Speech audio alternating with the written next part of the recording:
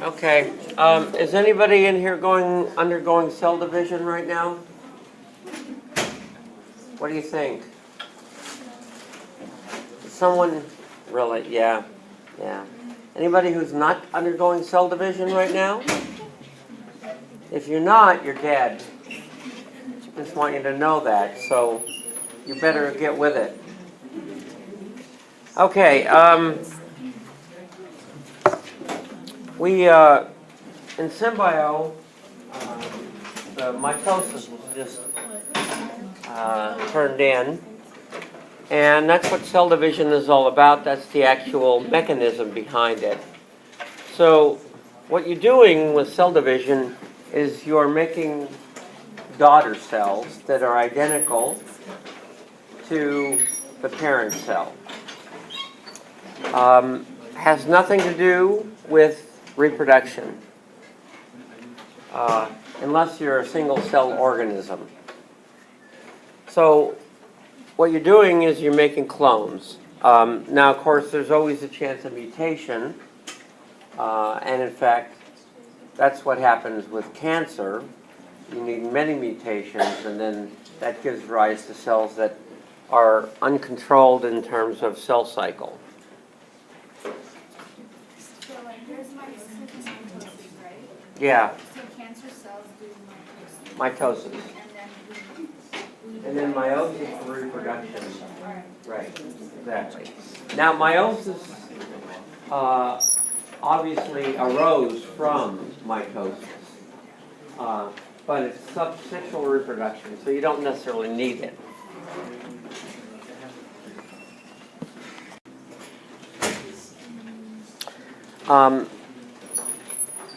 Okay, so for cell division to happen, you need to replicate the DNA. That means we have 23 pairs of chromosomes. 22 are identical. Those are called autosomes. And then there's one pair of sex chromosomes, X and Y. Females have 2 X's. Males have an X and a Y.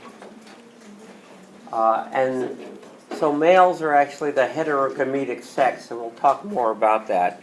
But that's why males generally show more bad mutations that have an effect on fitness than females do. Because oftentimes there's a rescue effect. So with normal chromosomes, there's 2 of each. So if you have a bad mutation in one, there's usually a rescue from the other one. But with an X and a Y, if there's a mutation on the X, for males there's no recovery. So that's why there's a whole bunch of sex-linked problems. But we'll get to that much later. One of the things that happens is that we replicate the DNA, and the first thing that actually happens is there's condensed DNA is condensed into actual. You can actually see the chromosomes. Otherwise, normally in a cell in the nucleus, you can't see the DNA. It's all spread out, and then the DNA is completely copied, so that you have 2 full copies of the genome, and that way the original cell and the daughter cell now both have their own copies. So this is kind of what uncondensed DNA looks like. It's actually partially condensed. If it was all condensed in chromosomes, it wouldn't be able to function properly. One of the reasons that it's able to function is to spread out, and certain sites are then able to actually produce proteins. Okay.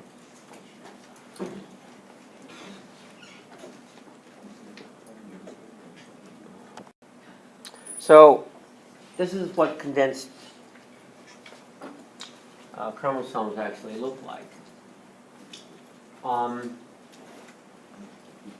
We each have 2 copies. So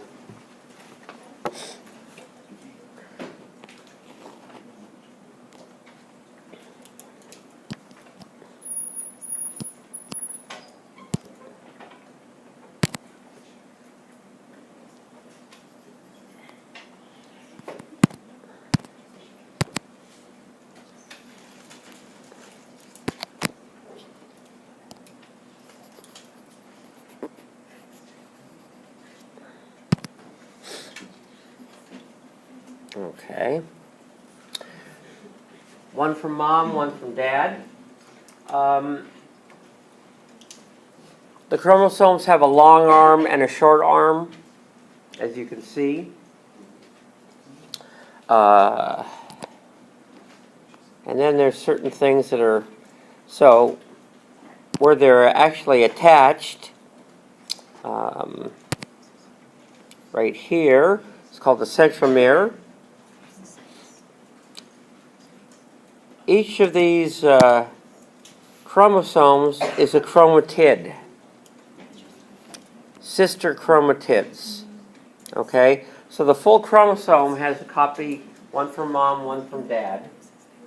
And then each individual from mom or from dad is a sister chromatid.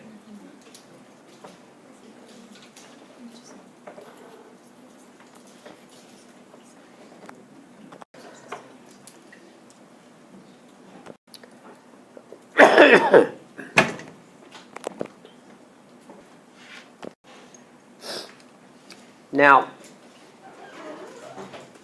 there's something called the cell cycle.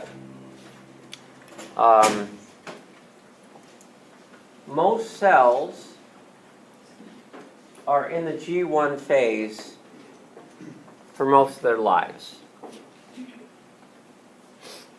Some cells never get out of the G1 phase, like neurons. Others go through the cell cycle to replicate. And then there's something called the S phase, which is interphase. The whole thing actually is interphase.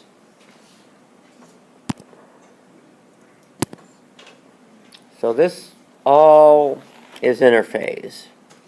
Okay? And then, of course, we have mitosis. Okay.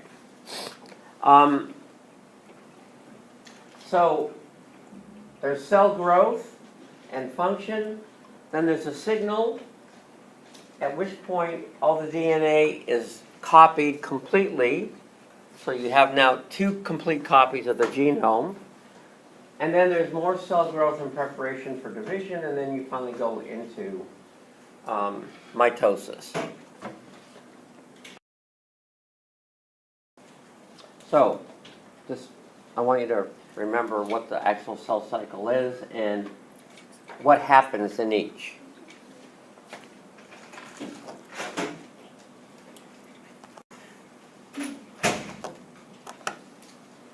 Okay.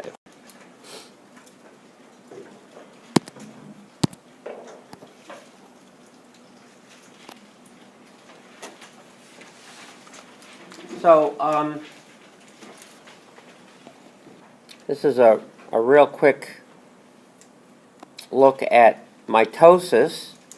So mitosis is this part right up here. And here we have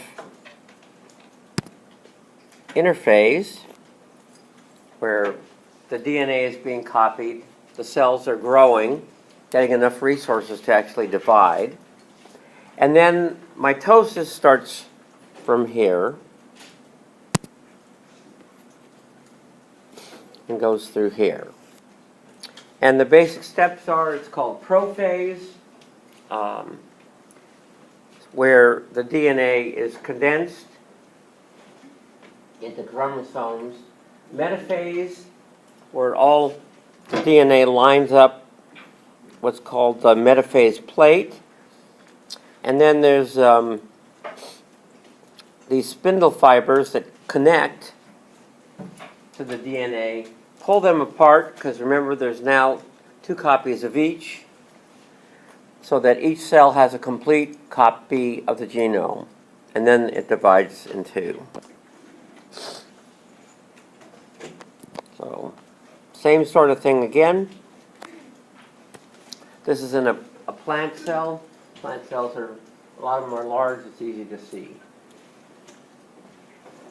So it's prophase, metaphase, anaphase, where they're pulled apart, and then telophase, where you actually have 2 daughter cells. Same sort of thing here.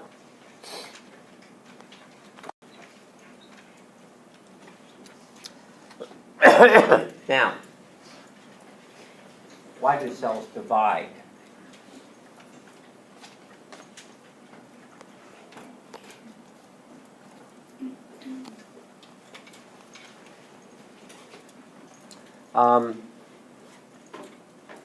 Three things. First of all,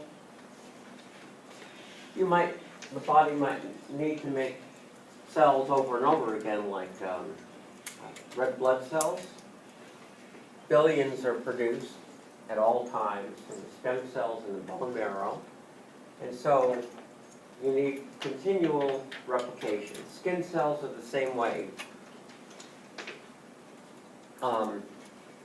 And then, of course, there's tissue renewal, either because cells wear out,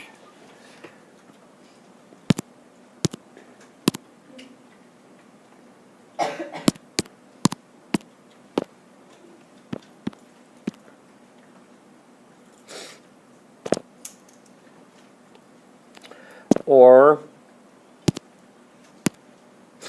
they get damaged,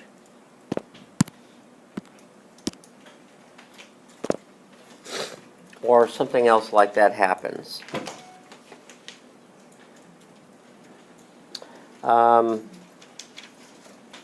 Let's see. So these are right here. This is blood cells. The red ones are the red blood cells. And then these are lymphocytes, part of the immune system.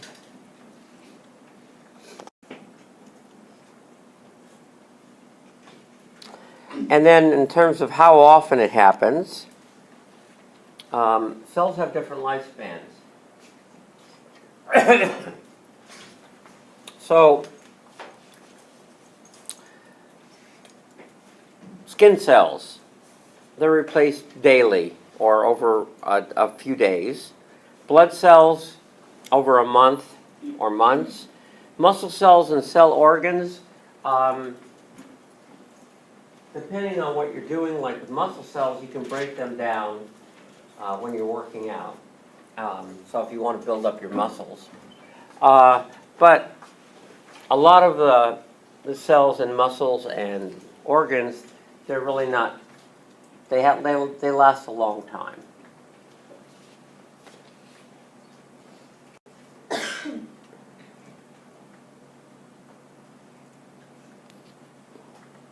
Now, of course, they also divide because they're lonely. And then, occasionally, cells go what we call rogue.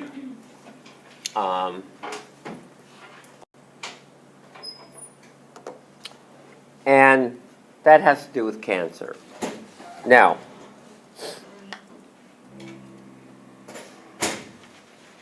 of course, they're different cells, have different genes being turned on in them. And this is what's called differentiation that we probably have already gone over. So different kinds of cells.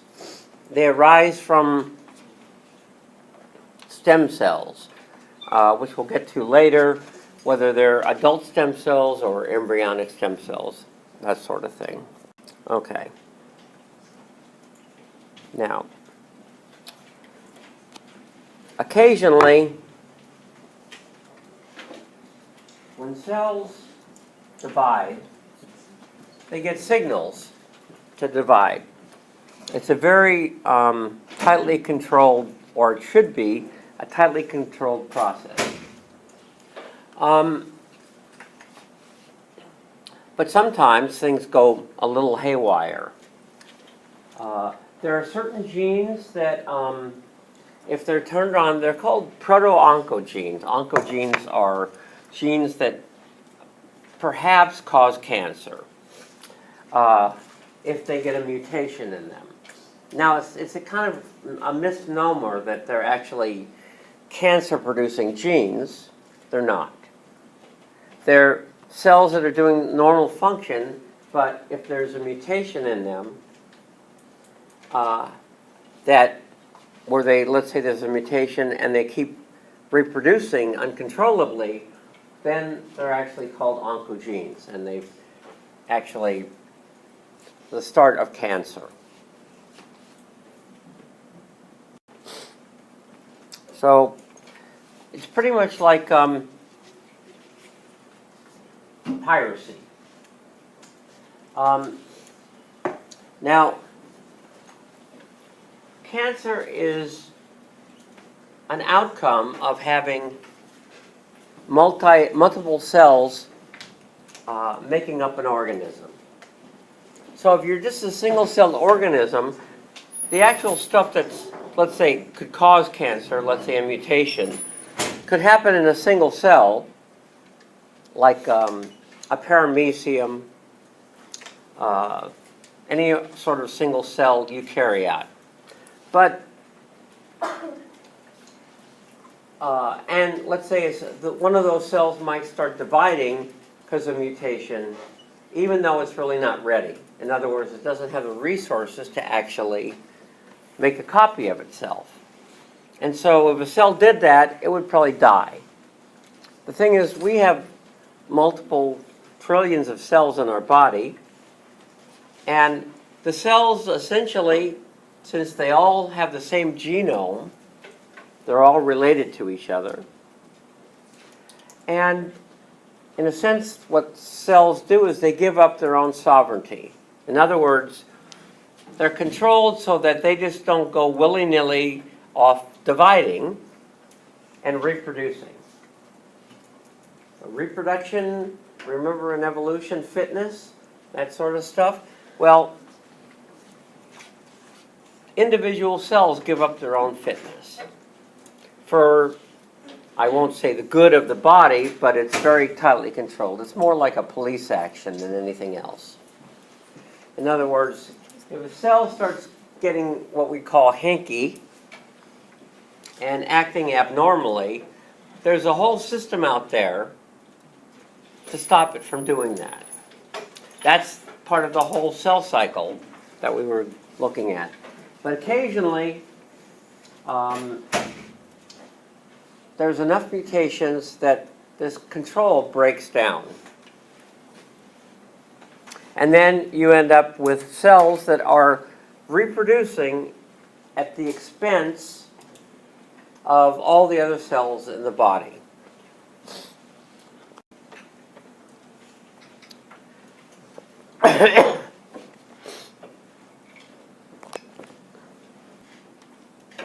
Okay. Now, as I said, it's a very controlled process, cell division.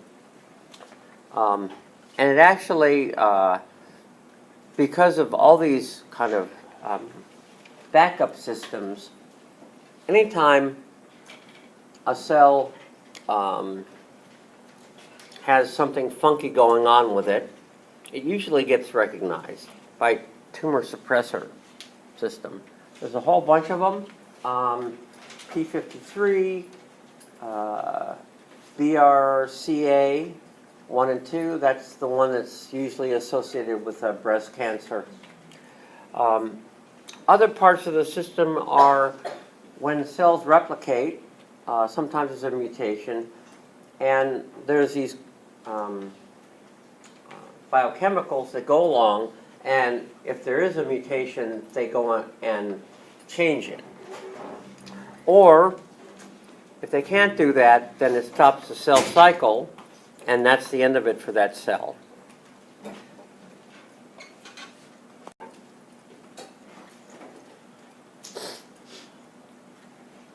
Okay.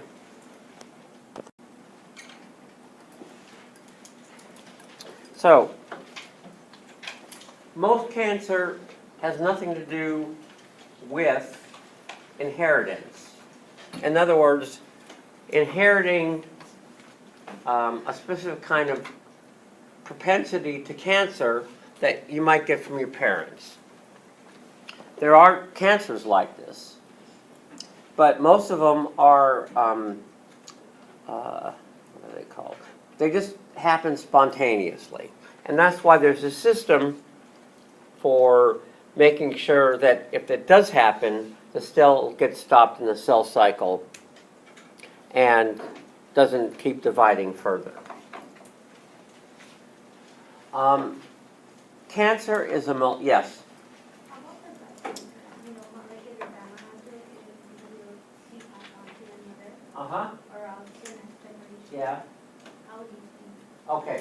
So a good example is the cancer that women get for breast cancer, and also ovarian cancer, and it's also, it turns out it's also a part of prostate cancer too.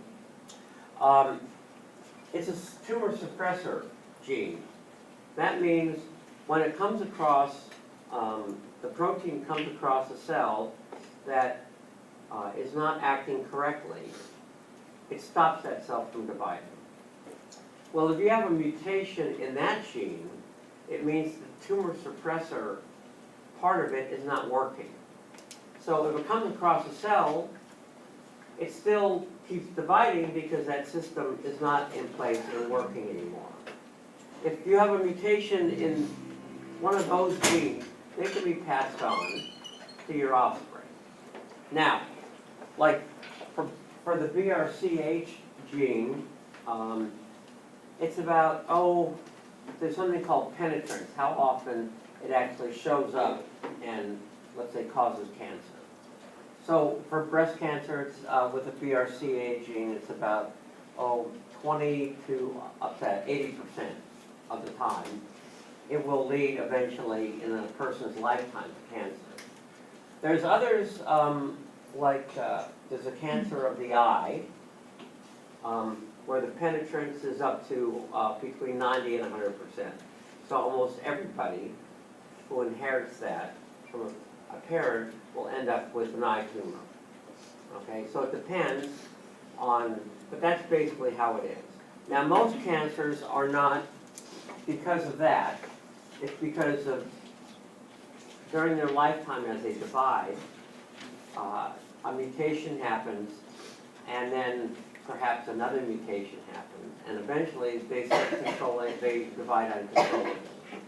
That's a mutation during mitosis, not during meiosis. Okay? That's the difference. So there are cancers that are genetic, where they're passed on from one generation to the next, but not most.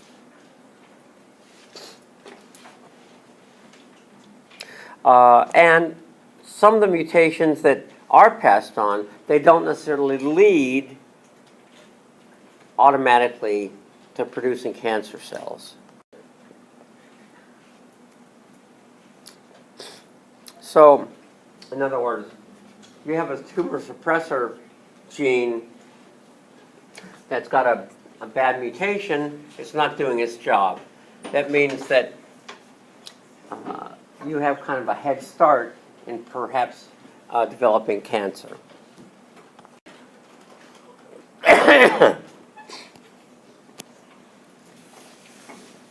Okay. So, in a sense, cancer is always genetic. Because remember, during mitosis, cells are dividing, all their genes are copied, So you have two complements of the full genome, and then they divide into two daughter cells. But in terms of genetic being passed on from parents to offspring, that only happens in what are called germline cells. Those are the cells that produce eggs and sperm, and that's meiosis. We're going to get to that later, but for now, we're not. So when we often say genetic, it's passed from one generation to the next, but ultimately, cancer is a genetic disease. You just might have mutations, though, in the cells that aren't passed on from one generation to the next. So I go out in the sun. I get radiation damage from the sun. That causes perhaps some mutations, and I end up with a skin cancer. That's not passed on from one generation to the next. That's just normal cell division gone haywire. Is it environmental? Yes, in the sense that all kinds of different things can happen. Radiation from the sun, that's environmental. You can have our carcinogens or mutagens that cause mutations or cause cancer to develop from environmental factors, like smoking. In fact, they've, in the last couple of years, they've actually shown step by step in terms of mutations how lung cancer gets going from getting damage from nicotine and all the other stuff that's in cigarettes.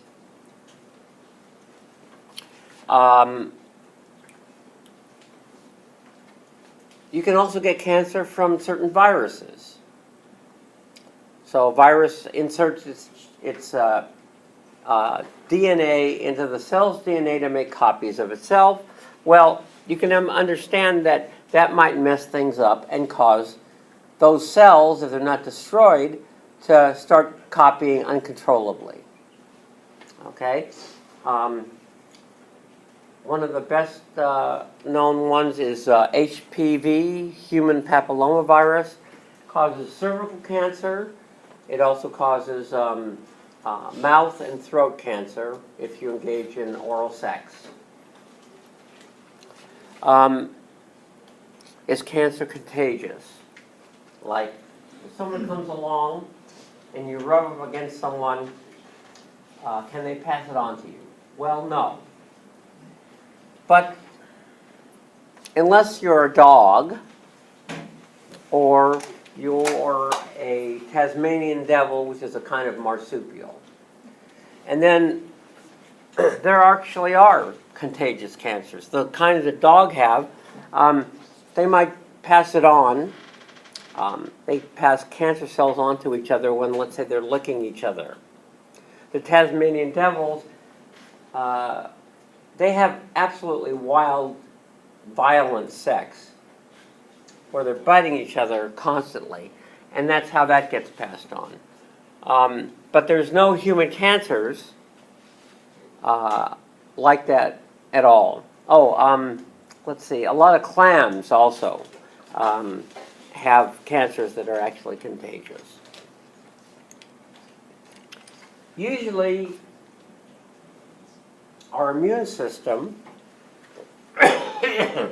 including the tumor suppressor system, is what protects us from cancer. In other words, it recognizes cells that start acting inappropriately, whether it's because of damage to them, it's causing mutations, whether it's from a virus, whether it's a mutation that's been inherited. Normally, your immune system protects you. And then is the treatment worse than the disease? Well, in many cases, yes.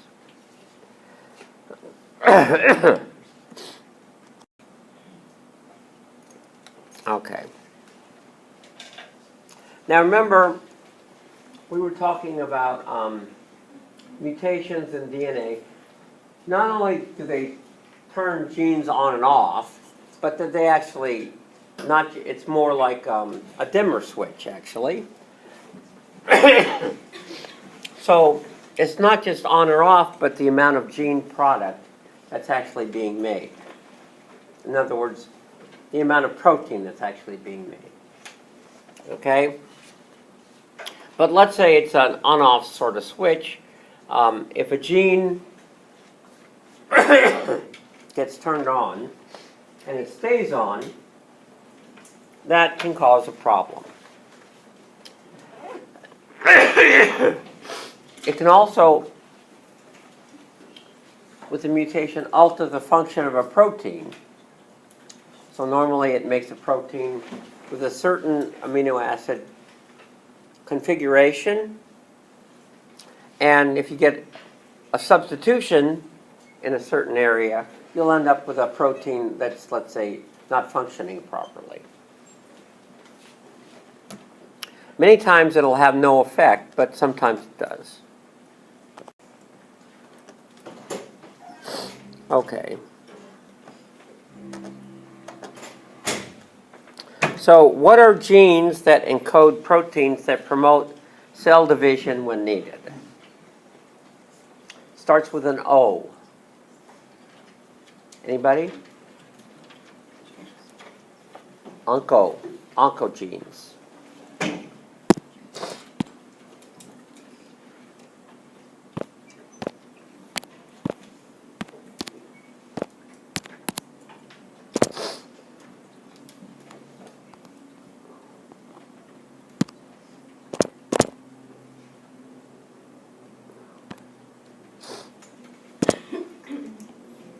Okay. And I don't like the term oncogenes because it means that it sounds like it's actually made to turn into cancer, and it's not.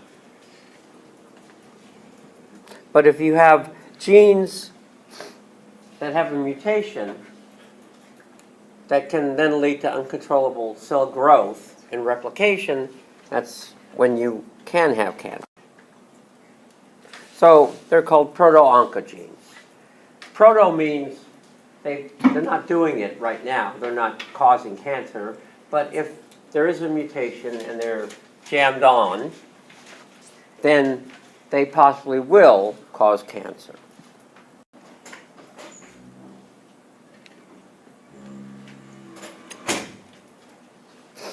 So which type of mutation do you think would cause the most trouble? A mutation that inactivates a proto-oncogene or one that activates it? Anybody? Huh? Yeah, exactly. So in other words, that gene has to be expressed.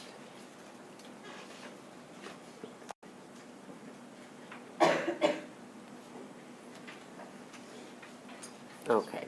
And then if it's actually doing that, being expressed and then replicating uncontrollably, that's now an oncogene. Okay. Now, tumor suppressor genes. There's a whole bunch of different kinds. Some are expressed more often in certain tissues than others.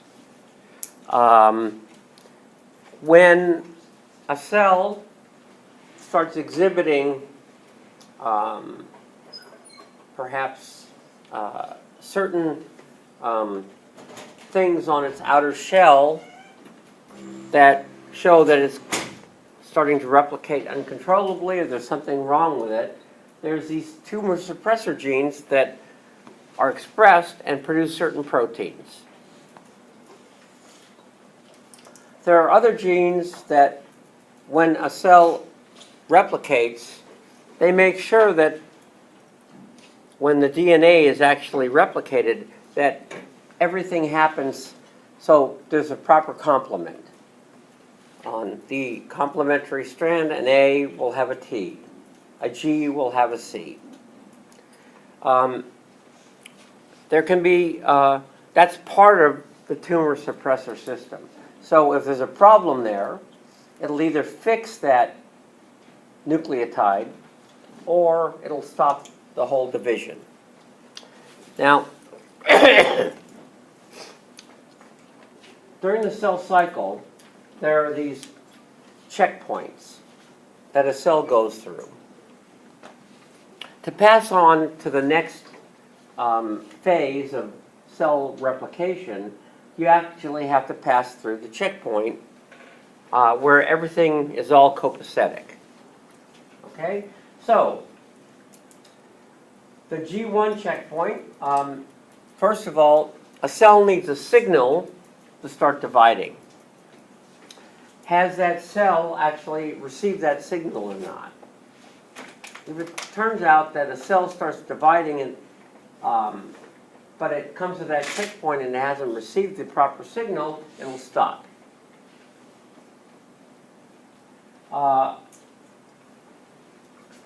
Are growth factors present? So when the cell divides, making copies of the cell, you're actually making cells are growing. So let's say during development, you start with a zygote and it starts dividing.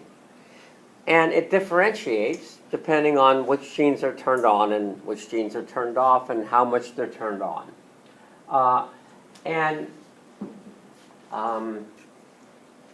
There are these things called growth factors that actually enhance that. So like there's, when cells divide, oftentimes they need more oxygen and nutrients, and so they also start the production of blood vessels to carry blood and oxygen to the new cells. Okay, so there's a growth factor for that. Is its cell large enough? In other words, does it have enough resources to actually survive making a copy of itself? And so there's enough resources. Now, there's also a checkpoint at the end of the G2 phase. So, at which phase is the DNA copied? G1, S, or G2? Huh? S, exactly. G1 is the normal phase that a cell is in. It's functioning properly. It's making proteins, doing what it's supposed to do. G2, it's already made a complete copy of the genome, but now that cell also, it has to basically duplicate everything in the original daughter cell. That takes a lot of resources, including nutrients and energy and all that kind of stuff. So, at the G2 phase, after the S, was the DNA replicated correctly? In other words, were there any mistakes or not? If there were enough mistakes, it'll stop there, and it will not proceed to mitosis. Again, is the cell large enough and does it have enough nutrients?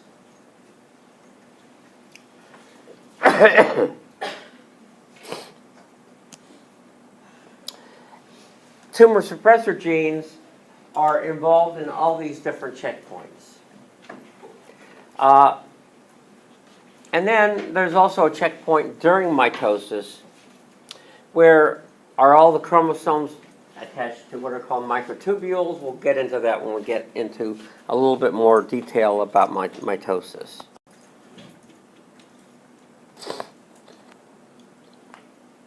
Okay. So, mutations that activate or inactivate tumor suppressor genes are dangerous. Which ones are dangerous? The one, what? Inactivate, right.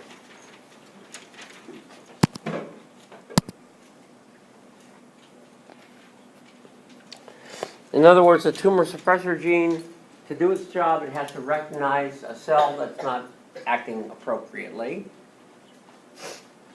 And then that will normally happen when this tumor suppressor gene has been inactivated. In other words, you get a copy of the protein that's a bad copy, and it's not doing, it doesn't have the proper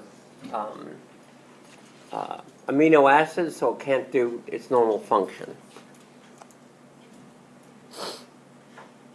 Okay.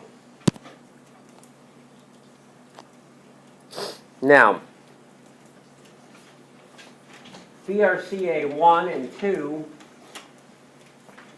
are the tumor suppressor genes that are the basis for a lot of breast cancers.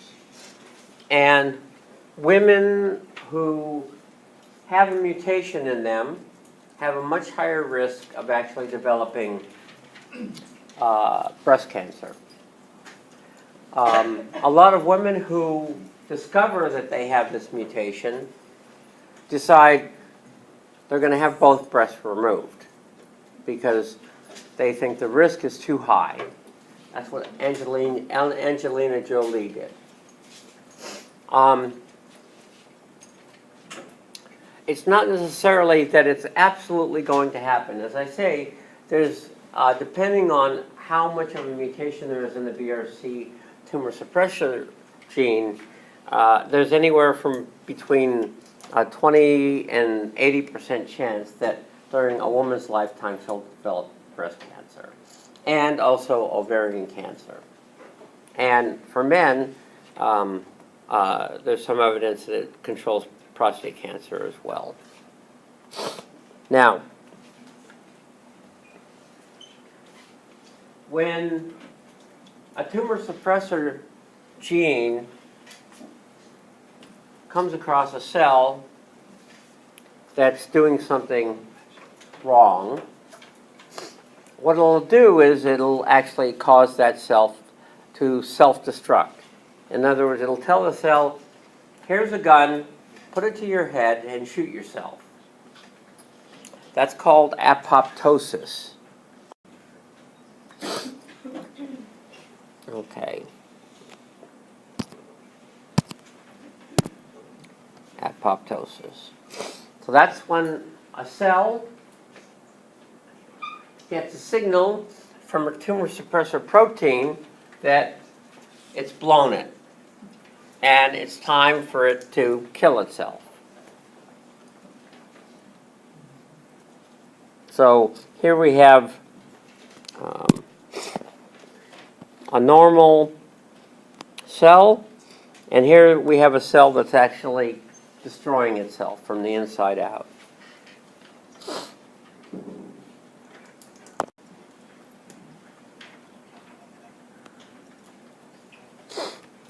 Now, if a tumor suppressor gene is malfunctioning, that means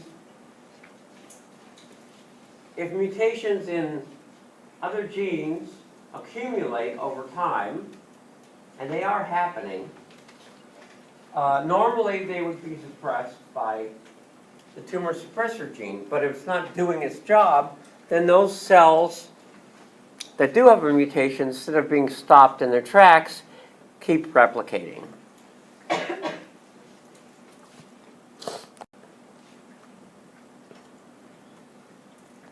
Okay. Now, the little video that we looked at, it showed what happens when there's uncontrolled cell division. Usually you get a tumor, unless it's a blood cancer or something like that, like leukemia. Now, most tumors are not cancerous, they're benign. In other words, they don't invade adjacent cell tissue, nor do they travel around the body. It doesn't mean that they're not dangerous. There are a lot of tumors, like a pituitary tumor in the brain, that's benign, but it's still slowly growing, and eventually it can cause serious problems and even death. But for the most part, a benign tumor is usually much more treatable and not nearly as dangerous. Okay. So there's something that causes a benign tumor not to invade adjacent tissue. And that is called contact inhibition. When cells lose contact inhibition, they come up against another cell or other tissue, they lose it, they can start growing into that tissue. That's invasive, that's malignant. That's cancer. Cancer, not all cancers are the same. Some are very slow growing and are unlikely to actually cause someone to die from it, even though they may have it for a long time. So there are some prostate cancers that are very slow growing, and usually they don't treat those. They monitor them, but they don't treat them. And eventually the person is going to die from something else before they're going to actually die from, let's say, that kind of prostate cancer. There's other kinds of prostate cancer that are invasive and dangerous. Okay? So when a cell is invasive, that means it starts growing into adjacent tissue. That means it's a malignant cell and it has lost contact inhibition. So this is kind of a progression here. We have a tumor that starts forming. It could be a benign tumor, and that's as far as it's going to go. Okay? Or it can be a tumor that starts invading adjacent tissue, and then it's malignant. And what has it lost? Allowing it to invade, what is it called? Starts with a C. Contact inhibition. Inhibition, right. Okay. Actually. Now, there's also something else that's going on. That little video mentioned when cancer can spread from one place to another. Now, normally cells don't move around. Let's say a muscle cell. It stays in place. It's actually got something called anchorage dependence. That means it's not going to just get up and start wandering around or getting into the bloodstream or the lymph system. But when it loses anchorage dependence, that means that it can start traveling. So not all cancers are metastatic. Some remain in place, they invade adjacent tissue, but they don't travel anywhere. Whereas others can travel extensively. So lung cancers, breast cancers, pancreatic cancers, all of those are actually metastatic. Not only do they invade surrounding tissue, but they can generate tumors in the brain, in other organs.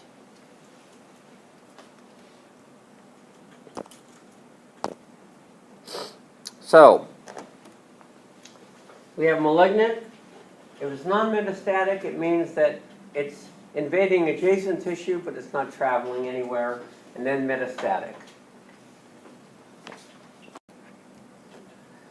So this is the kind of progression. Okay.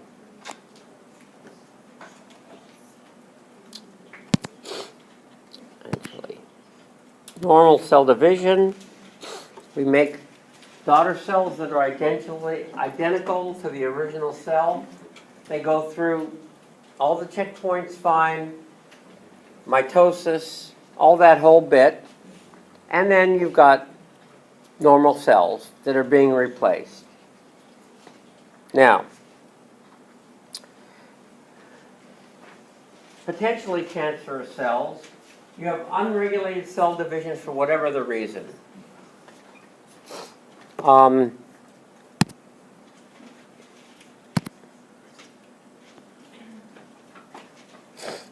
This is a benign tumor, and this is up here is a malignant tumor, a cancer tumor. Okay? Okay. And then benign, no effect on surrounding tissue. Malignant, yes. And then finally, metastatic. Does a malignant tumor generate cells that are able to travel all throughout the body?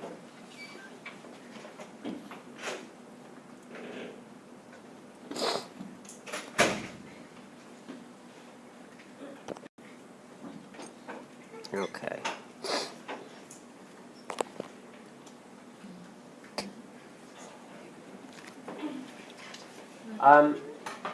A substance that actually causes a mutation that causes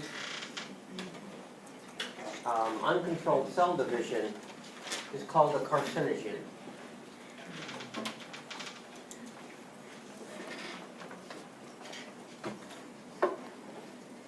Cigarette smoke contains a whole bunch of substances that damage cells and that actually start the cancerous process. And in fact, I recently read an article about how it actually does that, the actual molecular steps and which biochemical pathways are interrupted.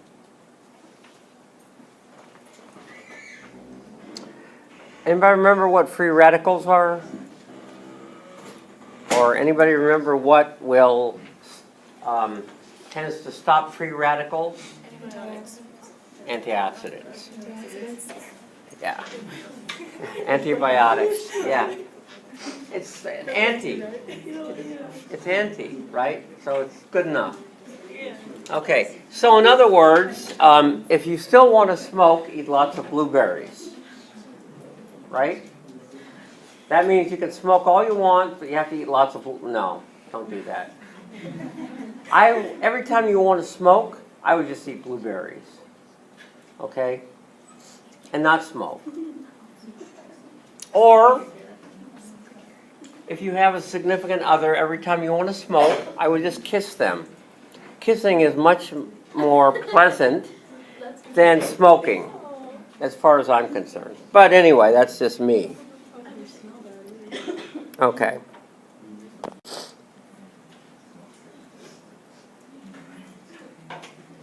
Okay. Now, so it's not just lung cancer, it's also mouth cancer, throat cancer, esophageal cancer, a bunch of different kinds of cancer, because basically, I mean, you can swallow a lot of these chemicals, and stomach cancer, things like that.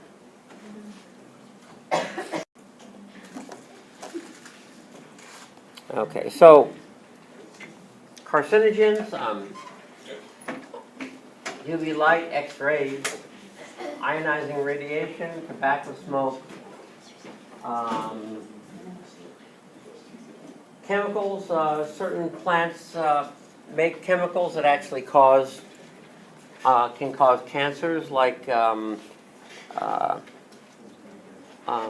hydrogen cyanide is a common chemical found in seeds to protect it from getting eaten. That can also actually cause cancer.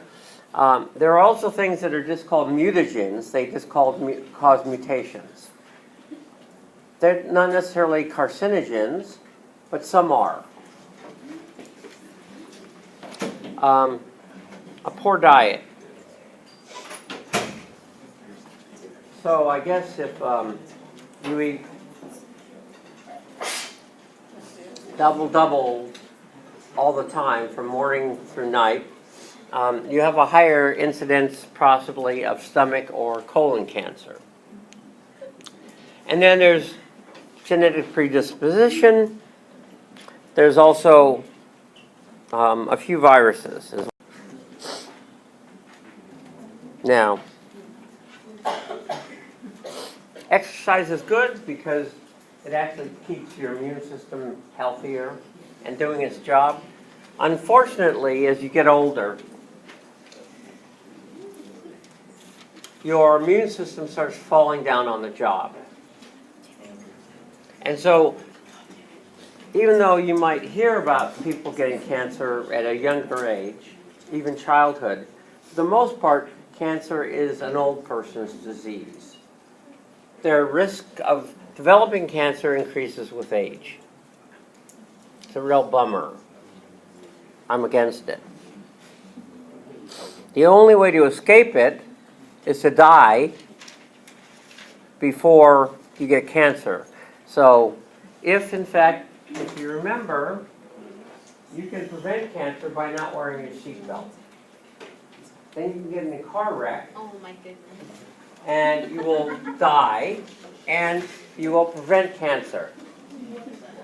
Okay? That's a good advice. Yeah, isn't it? That's what I thought.